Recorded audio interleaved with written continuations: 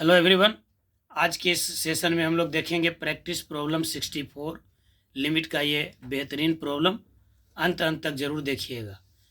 सवाल बनाने से पहले हम उन सभी सफल अभ्यर्थियों को हार्दिक बधाई देना चाहते हैं जिनका आज रिजल्ट हुआ है। स्टेट पेपर 2 में सभी विषय में जो उत्तीर्ण हुए हैं सभी को हार्दिक शुभकामनाएं, और ख़ासकर मैथ पेपर 2 जो 11-12 के लिए एलिजिबल हैं पीजीटी मैथ्स के लिए, उनको विशेष रूप से बधाई। अब आप TRE 4.0 के लिए लग जाइए।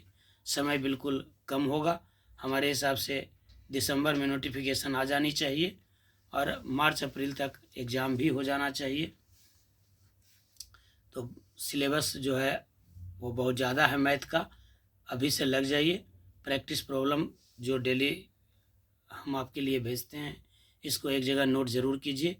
ये मिसलेनियस प्रॉब्लम है, आपको तैयारी करने में बड़ी मदद मिलेगी। आइए देखते हैं इस सवाल को। Limit x tends to 0 √1 minus cos 2x divided by √2x। सबसे पहले तो यहाँ पर आपको फॉर्मूला जानना चाहिए कि 1 माइनस कॉस 2x बराबर होता है 2 साइन स्क्वायर x। तो ये सवाल आपको बनाएंगे कैसे। लिमिट x टेंड्स टू 0 ये मिल जाएगा √2 sine square x divided by √2 into x. अब यहाँ से नॉर्मली इस सवाल को लोग गलत करेंगे।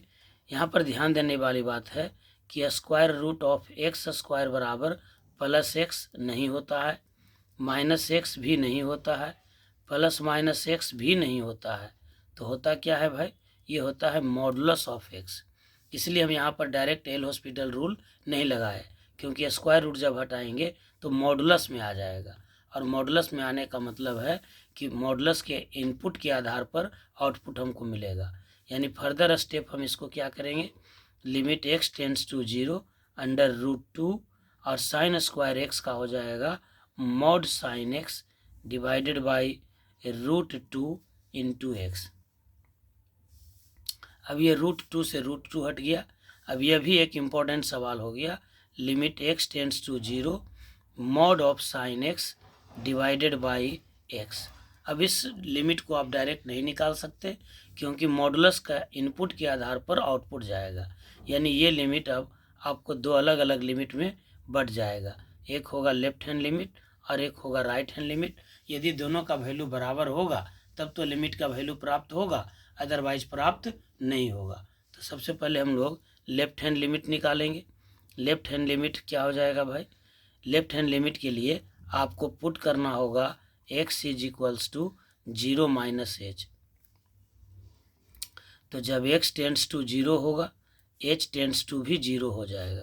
यानी लेफ्ट हैंड लिमिट हो जाएगा आपका limit h tends to 0 modulus of sine x के जगह पर 0 minus h divided by x के जगह पर 0 माइनस एच।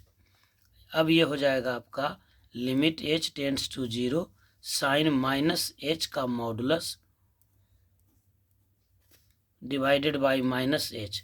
और आप जानते हैं कि साइन माइनस थीटा बराबर होता है माइनस साइन थीटा। यानी अब ये हो जाएगा limit h tends to 0 minus sine h का modulus divided by minus h. अब यहाँ आपको मॉडुलस का रूल जानना होगा कि मॉड x बराबर जो है वही मिलता है जब वह पॉजिटिव हो, लेकिन जो है उसका निगेटिव होगा जब वह निगेटिव हो। ध्यान दीजिएगा, मॉड x बराबर जो है वही होगा लेकिन तब जब वह पॉजिटिव हो, और जो है उसका निगेटिव होगा जब वह निगेटिव हो। तो मॉड के अंदर का यह क्वांटिटी निगेटिव है, यानी बाहर क्या निकलेगा, जो है उसका निगेटिव। तो है क्या, माइनस साइन एच। तो माइनस साइन एच का निगेटिव क्या हो जाएगा, प्लस साइन एच। तो sine h divided by minus h. अब इस माइनस को बाहर निकाल दीजिए। ये हो गया limit h tends to 0 sine h बटा h, और ये स्टैंडर्ड रिजल्ट है, इसका वैल्यू होता है 1। यानी लेफ्ट हैंड लिमिट हो गया -1। अब हम निकालेंगे राइट हैंड लिमिट। इतना लंबा नहीं है, ये समझाने के लिए हम आपको इतना बता रहे हैं। राइट हैंड लिमिट हो जाएगा लिमिट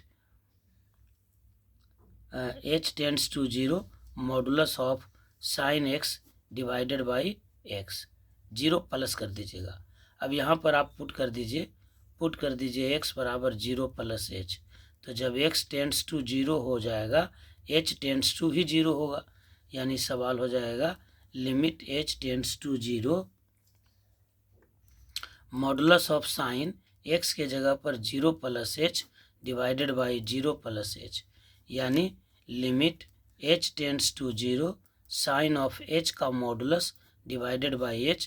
अब देख रहे हैं कि साइन h पॉजिटिव है तो मॉड के बाहर जो है वही निकल जाएगा, यानी sine h divided by h, और ये स्टैंडर्ड रिजल्ट है, इसका वैल्यू होता है 1।